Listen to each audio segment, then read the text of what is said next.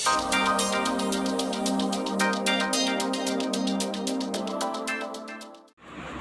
everyone, welcome back to my YouTube channel. And in today's video, we will study about biomolecules. So हमें पता है कि जो biomolecules होते हैं हमारी बॉडी के अंदर, जो हमारी पूरी लिविंग सिस्टम है वो पूरा का पूरा हमारा बायोमोलिक्यूल से मिलकर बना हुआ है ना। उसमें हमारी लिविंग चीज़ें भी हैं, एंड उसमें हमारी नॉन लिविंग चीज़ें भी हैं, ठीक है।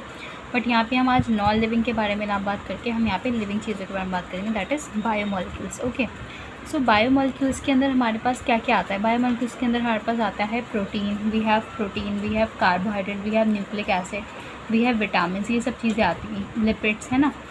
सो ये सारी चीज़ें आती हैं हमारे पास, जिसमें से आज हम स्टडी करेंगे कार्बोहाइड्रेट्स के बारे में कि what are carbohydrates, carbohydrates actually में होते क्या है। So guys will start with carbohydrates. So carbohydrates are what? Carbohydrates are the, carbohydrate का मतलब क्या होता है? These are hydrates of carbon.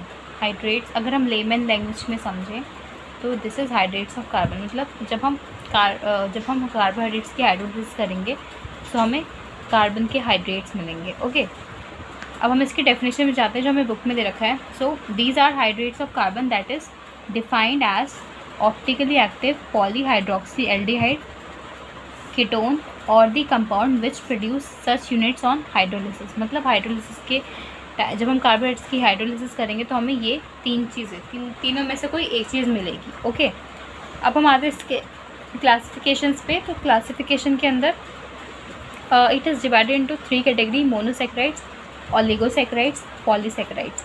Monosaccharides are those जो हाइड्रोलिसिस जिनकी नहीं कर सकते, मतलब जब अगर हम मोनोसेक्राइड्स की हाइड्रोलिसिस करेंगे तो हमें कोई स्मॉलर यूनिट नहीं मिलेगी ऑन हाइड्रोलिसिस।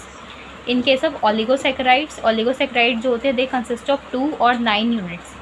यहाँ पे जब हम ओलिगोसेक्राइड्स की जब हाइड्रोलिसिस करेंगे तो हमें 2 या उससे ज़्यादा की यूनिट्स हमें मिलेंगी। ओके, आपको पता है ओलिगोसेक्राइड के अंदर हमारे जितने भी लाइक हमारा है सुक्रोज है, लैक्टोज है, माल्टोज है, ये सारा वो सारा मेरा ओलिगो के अंदर आता है। और मोनोसेक्राइड के अंदर हमारे कौन कौन से आते हैं? ग्लूकोज, फ्रक्टोज, गैलेक्टोज है ना, मेनोज, ये सब। पॉलीसेक्राइड्स में अगर देखें तो on hydrolysis they give large number of monomer unit. इसके केस में बहुत सारे मोनोमर यूनिट्स मिलते हैं। ओके, अब हम देख लेते हैं कुछ एग्जांपल्स जो मैंने अभी ऊपर आपको बताया। मोनोसेक्राइड के एग्जांपल्स क्या हैं? Glucose, fructose, galactose, mannose. Oligo के कौन से? Sucrose, lactose and maltose. ये सारे एग्जांपल आपको एनसीईआरटी में अच्छे से मेंशन करके दे रखा है। Okay, let's move further. So guys, polysaccharide के एग्जांपल कौन कौन से? Cellulose, starch and inulin. Inulin क्या होता है? It is the polymer of fructose. Starch में भी क्या होता है मोनोमर इसका? ग्लूकोज। सेल्यूलोज में भी क्या होता है? ग्लूकोज। ओके, अब देखो कुछ इंपॉर्टेंट पॉइंट्स क्या हैं। All monosaccharides are reducing in nature. जितने भी मेरे मोनोसेक्राइड्स हैं वो सारे के सारे रिड्यूसिंग इन नेचर में। रिड्यूसिंग का मतलब क्या होता है कि जितने भी मेरे रिएजेंट्स होते हैं, लाइक टॉलेंस रिएजेंट है, फैलिंग सोल्यूशन है, तो इन सब से वो रिएक्ट कर जाएंगे, ठीक है, रिएक्ट करके वो एसिड दे देंगे। So these are reducing in nature जितने मेरे मोनोसेक्राइड्स हैं। फ्रक्टोज जो होती है हमारी वो स्वीटेस्ट शुगर होती है। ये बुक में नहीं लिखा बट ये एक एग्ज़ाम में पूछा हुआ क्वेश्चन है, ठीक है। Next, sucrose is non reducing but lactose and maltose are reducing sugar. Sucrose हमारी नॉन रिड्यूसिंग है लेकिन लैक्टोज और माल्टोज हमारी रिड्यूसिंग शुगर्स हैं। सुक्रोज है C1C2 लिंकेज होती है, माल्टोज में C1C4 और लैक्टोज में भी C1C4 लिंकेज होती है। ओके, ये कुछ इंपॉर्टेंट पॉइंट्स है जो मैंने आपको बताया जो आपको याद रखना है। ओके, अब देखते हैं हम लोग ग्लाइकोसिडिक बॉन्ड के बारे में कि ग्लाइकोसिडिक बॉन्ड क्या होता है। सो ग्लाइकोसिडिक बॉन्ड जो होता है वो मेरा कार्बोहाइड्रेट्स के अंदर होता है। जैसे मैंने भी बताया आपको इतने सारे बायोमोलिक्यूल्स, लाइक हमारा कार्बोहाइड्रेट है, प्रोटीन है, लिपिड्स हैं, राइट। तो न्यूक्लिक एसिड में हमारा फॉस्फोडाइस्टर लिंकेज होती है ना। कार्बोहाइड्रेट्स में हमारा ग्लाइकोसिडिक लिंकेज होती है। और जो मेरे वो प्रोटीन्स होते हैं, प्रोटीन्स के अंदर हमारा पेप्टाइड लिंकेज होती है। न्यूक्लिक एसिड के अंदर भी ग्लाइकोसिडिक लिंकेज होती है। कहाँ पे होती है उनके अंदर? तो वहाँ पे हमारा बेस, नाइट्रोजनस बेस और शुगर के बीच में जो लिंकेज होती है वो होती है मेरी ग्लाइकोसिडिक लिंकेज। ओके, और एक आपको कार्बोहाइड्रेट्स के अंदर देखने को मिलेगी, ठीक है। सो देखो व्हाट इज, इसको हम डिफाइन कैसे करते हैं। So it is the ethereal linkage form between 2 monosaccharide as a result of water removal, है ना। वाटर रिमूव होगा तब मेरा ग्लाइकोसिडिक बॉन्ड बनेगा 2 मोनोमर यूनिट्स के बीच में, 2 मोनोसेकेराइड्स के बीच में। ओके, नेक्स्ट हम करेंगे structure of glucose and fructose.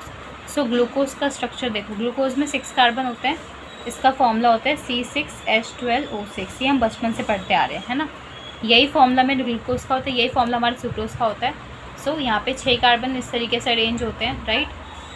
पहला जो ग्रुप होता है इसका वो एल्डिहाइड ग्रुप होता है, और जो मेरा ये जो हमारा फ्रक्टोज है वहाँ पे हमारा कीटोन ग्रुप होता है ना। सो यहाँ से काउंटिंग स्टार्ट होगी 1 2 3 4 5 6, 6 मेरे कार्बन है, ठीक है। फर्स्ट कार्बन मेरा CHO है, फिर थर्ड कार्बन में जो OH ग्रुप है वो मेरा लेफ्ट हैंड साइड में है, और बाकी सब में राइट हैंड साइड के अंदर है। तो ये आपको याद रखना है इसके स्ट्रक्चर के अंदर। सिमिलरली फ्रक्टोज का भी सब कुछ सेम है, बस डिफरेंस कहाँ पे आ रहा है इसकी, यहाँ पे मेरा कीटोन ग्रुप प्रेजेंट है, एल्डिहाइड ग्रुप यहाँ पे मेरा प्रेजेंट नहीं है। ओके, सो ये आपको दोनों के स्ट्रक्चर याद रखना इंपॉर्टेंट है।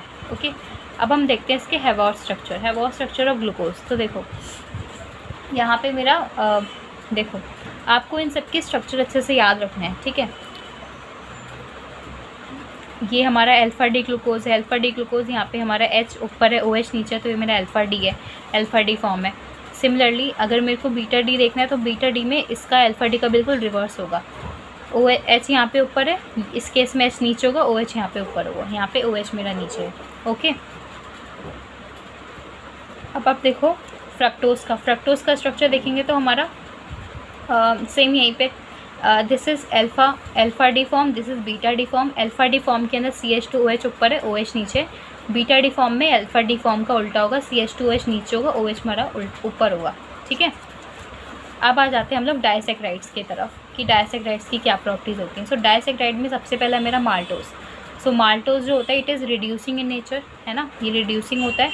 यहाँ पे मेरा C1C4 लिंकेज होती है, और इसका मोनोमर यूनिट होता है अल्फा डी ग्लूकोज, 2 यूनिट से मिलकर बना होता है alpha D form of glucose से। ओके, आपको यहाँ पे स्ट्रक्चर भी दिख रहा होगा। सुक्रोज जो है मेरा वो नॉन रिड्यूसिंग शुगर है, यहाँ पे हमारा C1C2 लिंकेज होता है, और सब यूनिट क्या है इसकी, तो यूनिट्स है इसकी ग्लूकोज एंड फ्रक्टोज। याद रखना ग्लूकोज की यहाँ पे अल्फा डी फॉर्म है, फ्रक्टोज की कौन सी है, बीटा डी फॉर्म है। माल्टोज में ग्लूकोज था लेकिन दोनों फॉर्म मेरी कौन सी थी, अल्फा डी। एंड अब देखते हैं lactose is a third type of disaccharide जो हमें बुक में दे रखा है। लैक्टोज को हम लोग मिल्क शुगर भी कहते हैं। It is also reducing in nature just like maltose, and इसके पास C1C4 लिंकेज होती है, ठीक है। सब यूनिट की बात करें तो सब यूनिट मेरा यहाँ पे ग्लूकोज है एंड गैलेक्टोज है। याद रखना दोनों की बीटा डी फॉर्म ली है हमने, तब जाके मेरा लैक्टोज बनेगा। Okay, now comes to polysaccharides. So polysaccharide में सबसे पहला मैंने आपको बताया, पॉलीसेक्राइड हमारे कौन से होते हैं, जिसको हम जब हाइड्रोलिसिस करते हैं तो हमें बहुत सारी सब यूनिट्स मिलती हैं, ठीक है।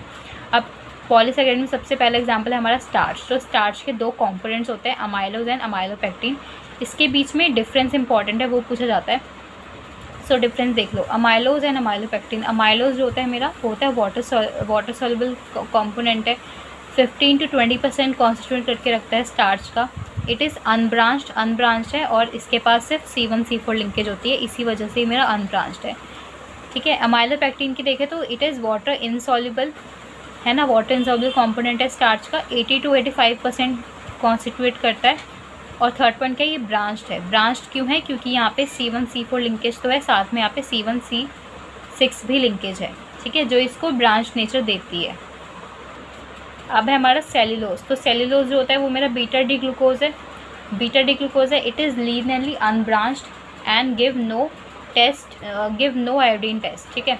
सो सेल्यूलोज मेरा अगेन ये मोनोमर, इसका जो सेल्यूलोज एक पॉलीसेक्राइड है, इसका मोनोमर क्या है, बीटा डी ग्लूकोज, ठीक है। एंड इसके ये मेरा लीनियरली अनब्रांच्ड है, और इसी वजह से ये मेरा आयोडीन टेस्ट नहीं देता। लेकिन जो स्टार्च है वो क्योंकि ब्रांच्ड है, ब्रांच्ड क्यों है, क्योंकि वहाँ पे माइलोपेक्टिन उसका ज़्यादा फॉर्म कॉन्स्टिट्यूट करता है, इस वजह से ओवरऑल जो हम कहते हैं स्टार्च को ब्रांच्ड कहते हैं। ब्रांच्ड होने की वजह से वो आयोडीन के मॉलिक्यूल्स को अपने स्ट्रक्चर में ट्रैप कर लेता है। ट्रैप करने से जब उस पर आयोडीन डालते हैं तो वो हमारा ब्लू ब्लैक कलर देता है, जिसको हम आयोडीन टेस्ट कहते हैं, ठीक है। लेकिन सेल्यूलोज हमारा अनब्रांच्ड है, ठीक है। सो इस वजह से आयोडीन टेस्ट हमारा नहीं दे पाता, ये ट्रैप नहीं कर पाता आयोडीन के मॉलिक्यूल्स को। बाकी हमारा माल्टोज और ये लैक्टोज हम डिस्कस कर चुके हैं। Okay, so guys this is the introduction बोलो या बिल्कुल ही शॉर्ट रिविजन बोलो आप उसको, ठीक है, ऑफ द कार्बोहाइड्रेट्स। सो आज की वीडियो में इतना ही, मिलते हैं नेक्स्ट वीडियो में।